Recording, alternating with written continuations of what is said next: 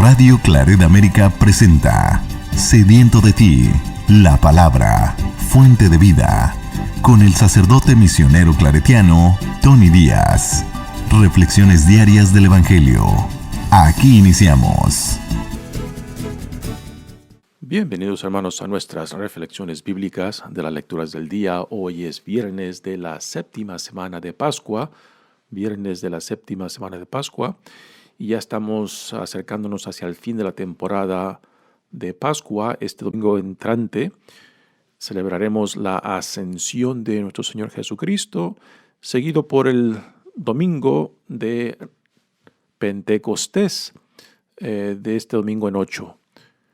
La primera lectura de hoy viene de los Hechos de los Apóstoles, capítulo 25, versículos 13 al 21. En aquellos días el rey Agripa y Berenice llegaron a Cesarea para saludar a Festo. Como se detuvieron algún tiempo allí, Festo expuso al rey el caso de Pablo con estas palabras: «Tengo aquí un preso que me dejó Félix, cuya condenación me pidieron los sumos sacerdotes y los ancianos de los judíos cuando estuve en Jerusalén. Yo les respondí que no era costumbre romana condenar a ningún hombre sin carearlo antes con sus acusadores, para darle la oportunidad de defenderse de la acusación.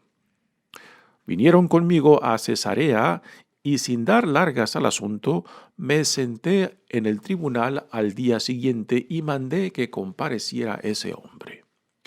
Los acusadores que se presentaron contra él no le hicieron cargo de ninguno de los delitos que yo sospechaba. Se trataba solo de ciertas discusiones acerca de su religión y de un tal Jesús, ya muerto, que Pablo asegura que está vivo. No sabiendo qué determinación tomar, le pregunté a Pablo si quería ir a Jerusalén para que se le juzgara allá de sus cargos. Pero como él pidió ser juzgado por el César, ordené que siguiera detenido hasta que yo pudiera enviárselo». Palabra de Dios. El salmo responsorial es el Salmo 102 y el responsorio es: «Bendigamos al Señor, que es el Rey del universo. Aleluya». Bendigamos al Señor, que es el Rey del universo. Aleluya. Bendice al Señor, alma mía, que todo mi ser bendiga su santo nombre. Bendice al Señor, alma mía, y no te olvides de sus beneficios. Como desde la tierra hasta el cielo, así es de grande su misericordia. Como dista el oriente del ocaso, así aleja de nosotros nuestros delitos. En el cielo el Señor puso su trono, y su reino abarca el universo. Bendigan al Señor todos los ángeles, ejecutores fieles de sus órdenes. Bendigamos al Señor, que es el Rey del universo. Aleluya. El Evangelio de hoy viene de Juan, capítulo 21, versículos 15 al 19. En aquel tiempo le preguntó Jesús a Simón Pedro: «Simón, hijo de Juan, ¿me amas más que estos?». Él le contestó: «Sí, Señor, tú sabes que te quiero». Jesús le dijo: «Apacienta mis corderos». Por segunda vez le preguntó: «Simón, hijo de Juan, ¿me amas?». Él le respondió: «Sí, Señor, tú sabes que te quiero». Jesús le dijo: «Pastorea mis ovejas». Por tercera vez le preguntó: «Simón, hijo de Juan, ¿me quieres?». Pedro se entristeció de que Jesús le hubiera preguntado por tercera vez si lo quería, y le contestó: «Señor, tú lo sabes todo, tú bien sabes que te quiero». Jesús le dijo: «Apacienta mis ovejas». Yo te aseguro, cuando eras joven, tú mismo te ceñías la ropa e ibas a donde querías. Pero cuando seas viejo, extenderás los brazos y otro te ceñirá y te llevará a donde no quieras. Esto se lo dijo para indicarle con qué género de muerte habría de glorificar a Dios. Después le dijo: sígueme. Palabra del Señor. Muy bien, damos comienzo a nuestra reflexión de las lecturas de hoy. Fue puesto en cárcel por su propia seguridad, porque la comunidad judía en Jerusalén pues querían matarlo. Así que los soldados romanos lo dejaron en la cárcel por su seguridad. Y después la comunidad judía, los líderes particularmente, siguen tramando cómo deshacerse, cómo matar a Pablo. Y es aquí donde empieza la lectura de hoy, que nos introduce a varios personajes de la historia, a un tal Agripa y Berenice, a Festo y a Félix, todos gobernantes. Empezamos con Agripa y Berenice. Agripa y Berenice son hermanos. Agripa II viene siendo el nieto de Herodes el Grande o Herodes Magno, que reinaba cuando Jesús nace. Este Agripa fue educado en Roma, siendo él judío, así que tiene buen conocimiento de los procedimientos jurídicos y legales romanos.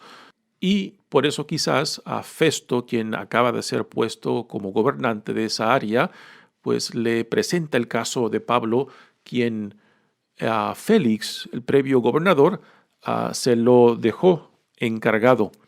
Y era una costumbre de que los nuevos gobernadores pues les presentaran casos a los reyes, en este caso Agripa, casos que quizás no podían resolver, no tenían suficiente información. Y Agripa, pues habiendo sido formado en Roma, pues quizás Festo pensaría que tenía alguna solución para el caso de Pablo. De Agripa y Berenice, los historiadores, como Josefo, dicen de que tenían una terrible reputación. Dicen algunos historiadores que Agripa y Berenice, siendo hermanos, pues tenían una relación incestuosa y que eran amantes. La otra hermana de Agripa también se decía que era de muy mala reputación y fue la tercera esposa de Félix, a quien se menciona aquí.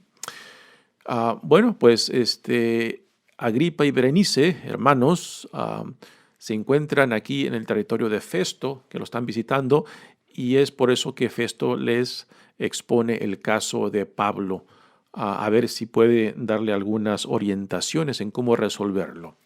Dice la lectura de hoy: en aquellos días el rey Agripa y Berenice llegaron a Cesarea para saludar a Festo. Como se detuvieron algún tiempo, Festo expuso al rey el caso de Pablo con estas palabras: tengo aquí un preso que me dejó Félix, cuya condenación me pidieron los sumos sacerdotes y los ancianos de los judíos.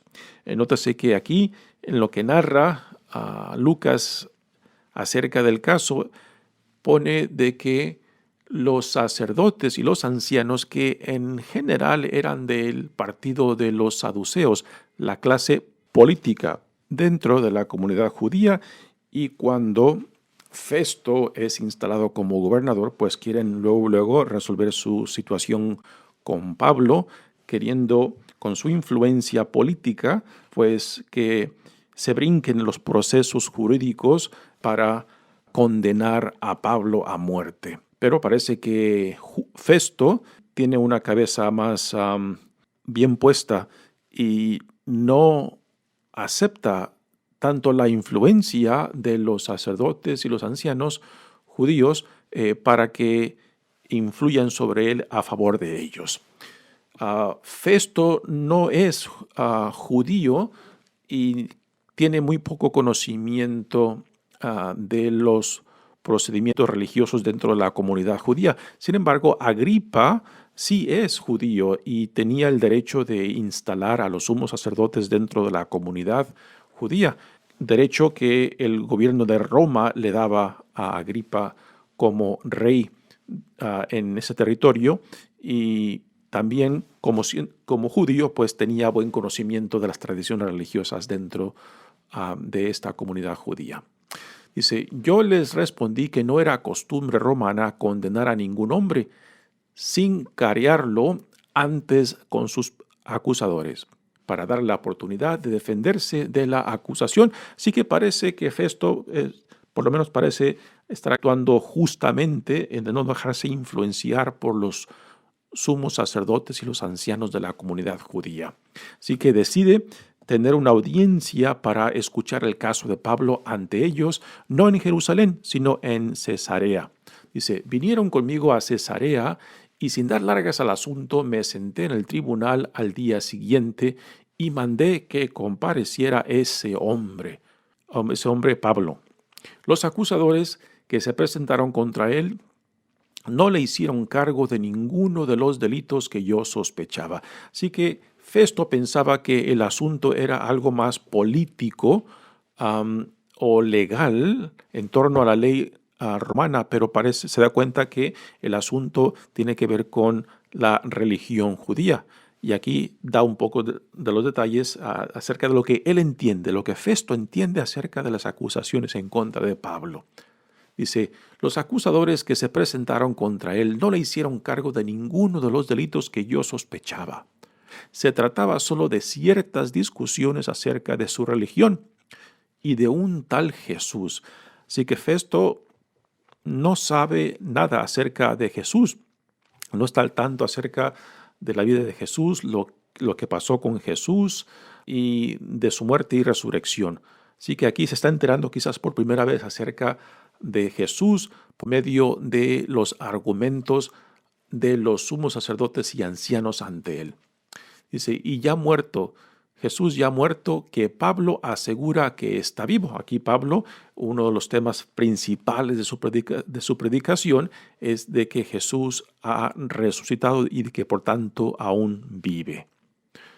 Dice, no sabiendo qué determinación tomar, aquí Festo, pues no estando al tanto de las situaciones religiosas dentro de la comunidad judía, pues se siente incapaz de tomar una decisión por no conocer los detalles a fondo. Le pregunté a Pablo si quería ir a Jerusalén para que se le juzgara allá de esos cargos. Ya Pablo había estado en el Sanedrín y no le fue muy bien. Si recordamos cuando se salvó de esa situación en Jerusalén, estando en el Sanedrín, cuando puso en contrarios a los saduceos y a los fariseos para salvarse él mismo.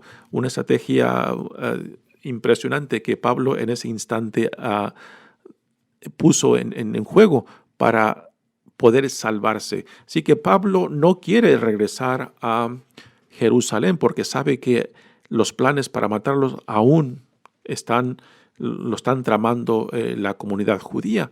Y por eso él pide de que su caso sea llevado a Roma, porque como ciudadano romano tiene varios privilegios Pablo, y entre ellos están los siguientes. Pablo, siendo ciudadano romano, esta ciudadanía lo protegía de los judíos, o sea, de que el Sanedrín simplemente impusiera una condena que la ley romana lo protegía como ciudadano romano. Número 2, su ciudadanía le ofrecía el derecho para apelar a una corte superior, que es lo que Pablo está haciendo aquí, apelando su caso para que sea escuchado por el mismo César en Roma. Y número 3, su ciudadanía le protegía de amenazas de azotes, que fue lo que Pablo defendió un par de veces cuando los gobernantes y los soldados romanos lo querían azotar cuando no sabían que él era ciudadano, y cuando se enteran de que era ciudadano romano, pues se asustan y no lo azotan, y todo lo contrario.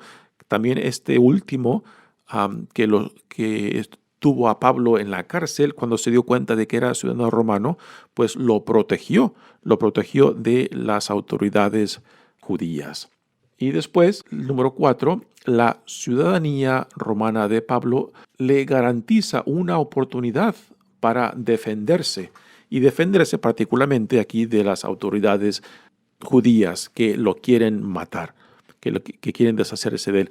Así que Festo no tiene otras más que respetar la ciudadanía de Pablo cuando pide de que su caso sea escuchado por el mismo César. Y después Festo lo sigue deteniendo en la cárcel para seguir adquiriendo más detalles del caso antes de mandárselo al César en Roma. Así que es aquí donde esta lectura se acaba. Varios detalles donde entran muchas intrigas, tanto por parte del Sanedrín, que es el cuerpo jurídico de la comunidad judía, y que están dispuestos a matar a Pablo. Este es el mismo Sanedrín que también condenó y entregó a Jesús al poder romano para que fuera crucificado. Y ahora quieren hacer lo mismo con Pablo, ¿no? Ya días antes he mencionado que hay un paralelo, la trayectoria de Pablo y la de Jesús. Jesús tenía que ir a Jerusalén para morir ahí. Y Pablo también sabía de que irse a Jerusalén pues implicaba muchos sufrimientos y tribulaciones. Después de la confrontación que Pablo tuvo con el Sanedrín en Jerusalén, en una revelación, Jesús le dice a Pablo que no pierda los ánimos, que él tiene que dar un testimonio más todavía en Roma. Así que quizás por eso también Pablo defiende su derecho de apelar ante una corte suprema y que su caso sea escuchado por el mismo César en Roma. Muy bien, pasemos ahora al Evangelio de hoy, que viene de Juan. De ayer a hoy, pues nos hemos saltado prácticamente 4 capítulos y medio y llegamos ahora al capítulo 21, que es después de la resurrección, y el contexto es aquí cuando Jesús resucitado viene al encuentro de sus discípulos al lado del lago de Tiberíades, donde parece que los discípulos han regresado a su oficio antiguo de ser pescadores de hombres. Y aunque este evangelio de hoy son escasamente 5 versos, pues está repleto de simbolismos y de detalles que contienen mucho de qué hablar, de qué meditar y cómo relacionar con otras referencias que el evangelista Juan nos da dentro del evangelio. Dice, en aquel tiempo le preguntó Jesús a Simón Pedro, Simón, hijo de Juan, ¿me amas más que estos? Él le contestó, sí, Señor, tú sabes que te quiero. Jesús dijo, apacienta mis corderos. Nótese que en esta pregunta que Jesús resucitado le hace a Pedro hay cierta formalidad, porque Jesús lo llama Simón, hijo de Juan, cuando ya Jesús le había dado pues el nombre segundo a Simón, el nombre de Pedro, Cefas. ¿Por qué esta formalidad de Jesús con Pedro? Pues quizás refleja ese distanciamiento que se ha llevado a cabo cuando Pedro no solamente abandona a Jesús cuando Jesús es arrestado, sino que también después niega que lo conoce, ¿no? Y aquí Jesús le hará a Pedro 3 preguntas. 3 preguntas que se repiten con una variedad, con una distinción en algunos verbos que son muy, muy significativos. Y como Pedro ha negado a Jesús 3 veces, pues 3 veces aquí Jesús lo invita para que reafirme su compromiso y su aceptación del llamado que Jesús le ha hecho a Pedro. Es una escena compacta, también muy intensa, porque pone a Pedro en una situación delicada. Recordemos que todos los discípulos abandonaron a Jesús, incluyendo Pedro, y Pedro también por encima de este abandono, pues niega que conoce a Jesús. Y ahora aquí Jesús resucitado viene otra vez buscando a su rebaño. el rebaño que se encuentra confuso, que se encuentra paralizado por el miedo, y que aunque ya han escuchado el testimonio de María Magdalena de que Jesús vive, y también otros anuncios como por ejemplo la pareja que va en rumbo a Emaús, tampoco a ellos este grupo de apóstoles les han creído. Así que parece que no saben qué hacer con esta información de que Jesús ha resucitado, de que Jesús vive. Que quizás por eso, porque están confusos, no saben qué hacer con estas noticias, pues parece que regresan a su previo oficio, y quizás dan las señales de que han abandonado el llamado que Jesús les ha hecho. Y Jesús ahora viene en busca de sus ovejas, viene en busca de su rebaño no solamente para confortarlos, también para afirmarlos de que sus esperanzas no están por los suelos, de que sus esperanzas en Él aún están vivas porque Él vive. A Pedro en particular en esta escena Jesús viene también a restaurarlo, porque Pedro es el primero entre iguales, es el líder de esta comunidad, de este rebaño de Jesús, que ahora Jesús lo pondrá en una situación en que Pedro tiene que afirmar su aceptación del llamado y la responsabilidad de alimentar y de pastorear a este rebaño que Jesús le pone en sus manos. Pero notemos una cosa muy interesante, de que Jesús resucitado no viene para echarles en cara el hecho de que lo abandonaron y que Pedro mismo lo negó, que lo conocía. Jesús no viene con palabras acusadoras, no viene gritándoles, no viene avergonzándolos. Viene con firmeza, pero a la misma vez con un gran sentido de compasión. La forma en que Jesús se dirige a Pedro es muy impresionante, porque a la misma vez que le ayuda a Pedro a reconocer su debilidad, su flaqueza, su miedo, también lo ayuda a retomar su vocación, retomar su responsabilidad como líder de este pequeño rebaño que Jesús pone en sus manos. Pero lo hace con mucha compasión, y de esta forma de Jesús resucitado, de cómo se dirige a Pedro, yo creo que podemos aprender mucho, ¿no?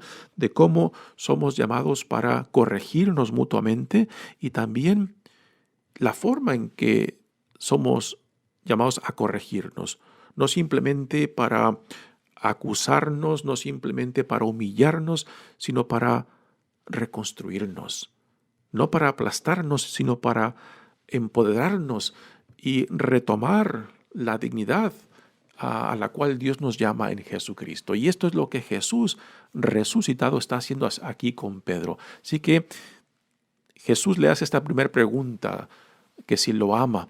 Y también aquí es muy interesante cómo los verbos que Jesús utiliza cuando le pregunta a Pedro. El verbo que Jesús que usa cuando le pregunta a Pedro es el verbo agapeo, que significa amar, con ese sentido en el cual se busca solamente el bien del prójimo. Ya he hablado antes en otras ocasiones de que en griego hay diferentes formas, diferentes palabras, diferentes verbos para expresar diferentes tipos de amor, y el ágape es uno que particularmente en este Evangelio de Juan resalta mucho, y el amor ágape es un amor que busca solamente el bien del prójimo. Y se puede decir de que el amor ágape es el amor por excelencia, el amor que busca solamente el bien de otros. ¿Por qué? Porque uno tiene la capacidad de dar y el deseo de darse y entregarse, independiente de cómo la otra persona me responda, que no busco que me corresponda. Si me corresponde, alabado sea Dios. Si no me corresponde, pues ya corre por cuenta tuya. Pero yo lo que te lo doy porque Dios me ha capacitado y me ha dado el deseo de compartirme a mí mismo, de darte de lo mejor mío. Y lo que tú hagas con lo que yo te doy, pues ya corre por tu cuenta. Y este es el tipo de amor ágape del cual Jesús se está dirigiendo a Pedro, ¿no? Cuando le dice, Pedro, ¿me amas? Y Pedro le contesta con un verbo diferente. Sí, te quiero. Jesús le pregunta, ¿me amas? Y Pedro le responde, sí, te quiero. Y la palabra te quiero, que es filio en griego, pues es un verbo que refleja intimidad entre amigos, donde hay una correspondencia, una mutualidad. Así que Jesús le pregunta acerca de ese amor que busca solamente el bien de otros, ese amor entregado, ese amor que es de la forma que Dios nos ama a nosotros. Y por segunda vez, Jesús le pregunta a Pedro, Simón, hijo de Juan, ¿me amas? Él respondió, sí, Señor, tú sabes que te quiero. Jesús le dijo, pastorea mis ovejas. ¿A qué ovejas se refiere? Se refiere no solamente al resto del grupo de los discípulos y apóstoles, sino también a los que vendrán después de ellos. Así que aquí Jesús a Pedro lo está afirmando y lo está regresando a su primera vocación. Después del abandono de Pedro y los otros discípulos de Jesús y de la negación de Pedro, pues el compromiso de Pedro queda dudoso. Y es ahora lo que Jesús busca a confirmar si aún hay dudas en su compromiso de seguimiento de Jesús en Pedro. Y por tercera vez, Jesús le pregunta, Simón, hijo de Juan, ¿me quieres? Y aquí Jesús utiliza el verbo amar que Pedro ha utilizado, que es el verbo que refleja intimidad y confianza. Así que Jesús se da cuenta de que Pablo aún no tiene la capacidad de amar con el amor ágape. Y Jesús no le puede exigir a Pedro algo que todavía Pedro quizás no es capaz de dar y de entregarse. Lo tendrá esa capacidad y ese deseo de darse hasta la muerte. Pero en este momento Pedro no tiene esa capacidad y es interesante que Jesús reconoce los límites de Pedro hasta hoy. Y por eso le dice en la tercera pregunta, Pedro, ¿me quieres? Porque Jesús toma a Pedro donde se encuentra en este momento y de ahí lo irá moldeando y de ahí lo irá formando para que pueda llegar a este otro tipo de amor ágape, en el cual lo pueda dar todo, lo pueda entregar todo, simplemente buscando el bien de otros, en la forma que Dios nos ama. Así que en estas tres preguntas, Jesús está reafirmando a Pedro, lo está restaurando y también está haciendo algo muy interesante. Hay por lo menos tres paralelos en este intercambio de Jesús con Pedro. Recordamos de que Pedro fue llamado por Jesús después de una pesca milagrosa. Igualmente aquí ahora, después de otra pesca milagrosa en este evangelio, Pedro está siendo restaurado. Pedro también fue a un lado de un fuego cuando Jesús es arrestado, que niega a Jesús 3 veces. Y aquí ahora a un lado de otro fuego que Jesús ha preparado el almuerzo para sus compañeros y amigos, al lado de este fuego otra vez, Pedro está siendo restaurado. Pedro negó públicamente 3 veces a Jesús y ahora Pedro está siendo invitado por Jesús para afirmar su amor y compromiso a Él públicamente en presencia de los otros discípulos. Así que son 3 paralelos muy interesantes, pero nuevamente algo que tenemos que repetir y que es muy significante es la forma en que Jesús restaura aquí a Pedro. No lo humilla, no le echa en cara, pero Jesús es firme. Quiere que Pedro se dé cuenta de lo que él hizo cuando lo abandonó y cuando lo negó. Porque no solamente es una cuestión en relación a Jesús personalmente, es algo que está conectado con el llamado que Pedro ha recibido y que por tanto Jesús busca restaurar no simplemente su relación personal con Pedro, sino el llamado que Pedro ha recibido, lo cual es mucho más importante para Jesús que la relación personal entre Pedro y él. Pues yo creo que de este intercambio podemos aprender mucho en cómo somos llamados a corregirnos, y a reconstruirnos y a restaurar nuestras relaciones difíciles y quebrantadas y dañadas. Que sea siempre buscando el bien del otro, de la otra, buscando siempre pues restaurar, afirmar y reconstruir, porque la tentación para humillar a otros, la tentación para vengarnos es fuerte. Y cuando no nos corregimos mutuamente por medio del amor, por medio de la compasión y la misericordia, pues la tentación de la venganza, del humillar al otro, a la otra, de sentirme superior a otros y de pisotear a otros, pues es muy grande. Y aquí Jesús resucitado nos deja un ejemplo pues muy significante de cómo hemos de guiarnos. Mi nombre es Padre Tony Díaz, misionero claretiano. Que Dios los bendiga. Radio Claret América presentó Sediento de ti, la palabra. Fuente de vida. Sus comentarios son importantes. Contáctenos en radioclaretamerica@gmail.com.